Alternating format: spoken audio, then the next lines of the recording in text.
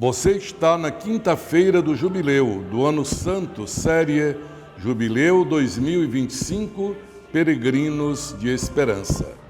O nosso episódio, o 12º da nossa série, começa hoje com a apresentação mais detalhada da bula papal Spes non confundit, as palavras latinas cuja tradução é a esperança não decepciona, não confunde.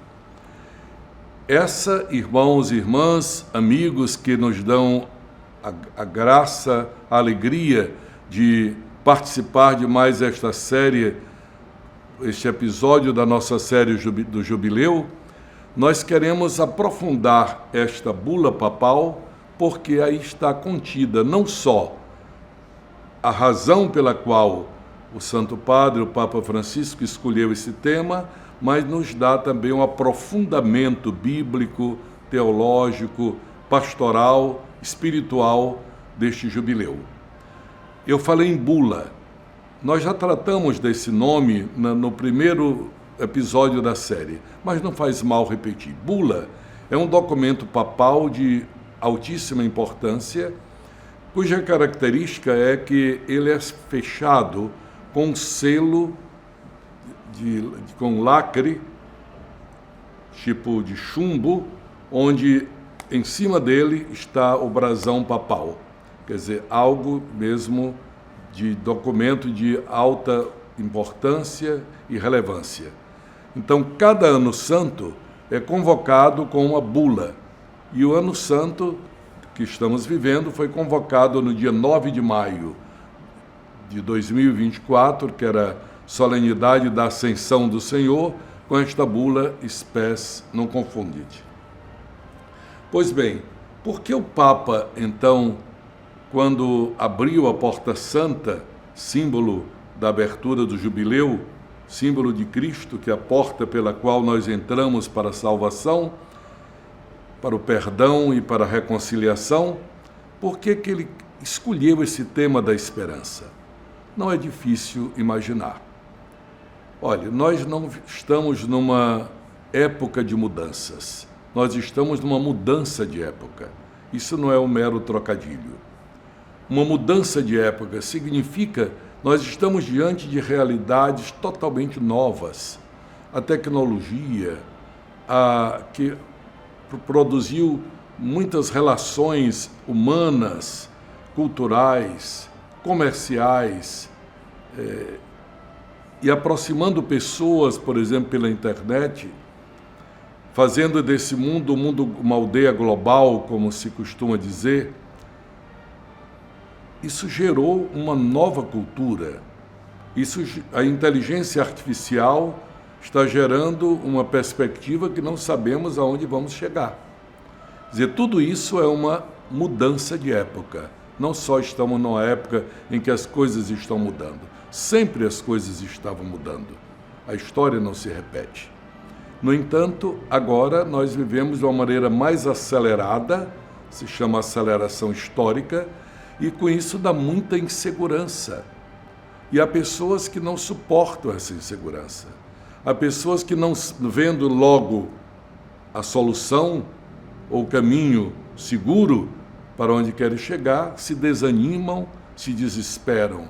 Tantos suicídios, tantos transtornos psíquicos e também tanto isolamento. O mundo nunca teve tanta facilidade de entrosamento e nunca teve, ao mesmo tempo, tanto isolamento de pessoas. Isso se deve à cultura do nosso tempo. Isso justifica porque o Papa escolheu exatamente esse tema da esperança para dizer: nós cristãos temos uma missão nesse mundo, semear esperança. Somos peregrinos da esperança, porque nós sabemos para onde vamos. Não estamos a esmo, como quem não sabe para onde vai. Sabemos para onde vamos. E essa esperança não confunde.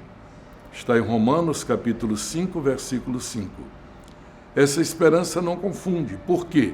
Porque ela está baseada no amor. E esse amor é o próprio Deus. Deus infunde em nós o seu amor e por este amor nos dá segurança. Nós sabemos pela psicologia que quando a pessoa é amada, ela é uma pessoa segura. Quando ela não é amada, ela é uma pessoa insegura. Então, o amor de Deus nos dá a segurança. Por isso, o Ano Santo visa proporcionar, passar por esta porta simbólica, a porta santa, um símbolo, passar por esta porta para o encontro pessoal e amoroso com Jesus Cristo que nos leva ao Pai.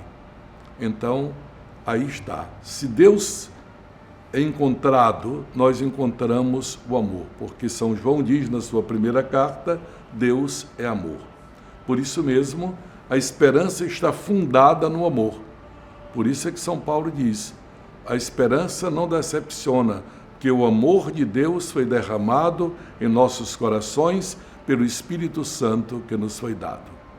Nós temos o ditado popular muito acertado, a esperança é a última que morre. Quando a pessoa não tem esperança, ela não tem mais razão de lutar, ela não tem mais ânimo para viver.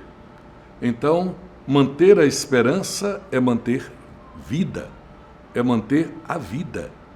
E repito, esta esperança não é um otimismo barato. O Papa não está nos convidando para esse Ano Santo a ser otimistas. Não, vai dar certo, vai dar certo. Não, não se trata dessa euforia otimista. Não. A esperança cristã tem um fundamento. É o amor de Deus, que é fiel, que não falha. E se Ele nos deu seu Filho, a ponto de entregá-lo até a morte para a salvação do mundo, então nós não podemos duvidar deste amor. Eis porque São Paulo, na sua carta, diz, quem vai nos separar do amor de Cristo? Está lá na carta aos Romanos, no capítulo 6. A espada, a perseguição, a própria morte, diz, nada vai nos separar do amor de Cristo, porque este amor está infundido em nossos corações, está em nosso ser.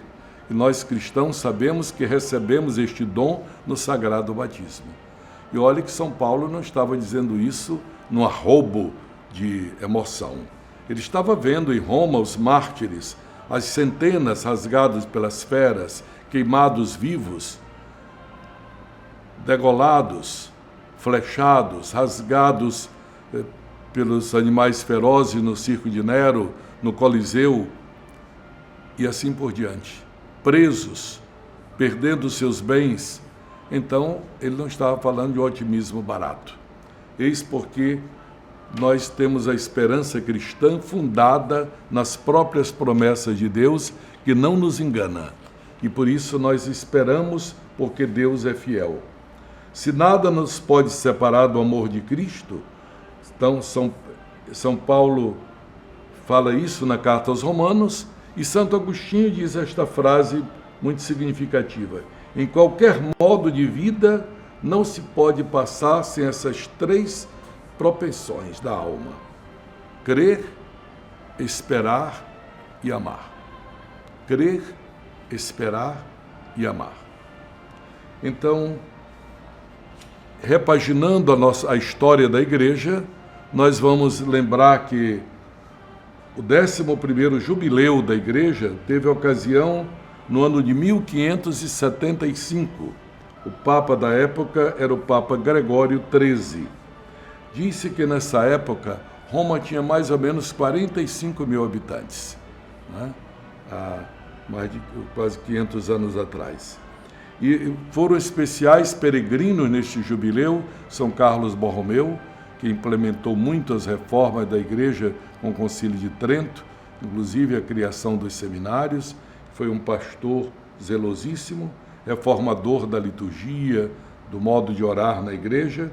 E São Filipe Neri, que foi um homem que organizou muito a acolhida aos peregrinos, para que todos que fossem ao jubileu tivessem assistência, vindo eles de qualquer parte que seja. O nosso próximo episódio, nós já estaremos na Semana Santa. E Então, nós queremos tratar no próximo episódio do Jubileu da Redenção. Os Jubileus da Redenção. Prepare-se, então, para viver bem a sua Semana Santa e agora finalizamos com a oração do Jubileu. A graça do Jubileu reavive em nós, peregrinos de esperança, o desejo dos bens celestes e derrame sobre o mundo inteiro a alegria e a paz do nosso Redentor. Amém.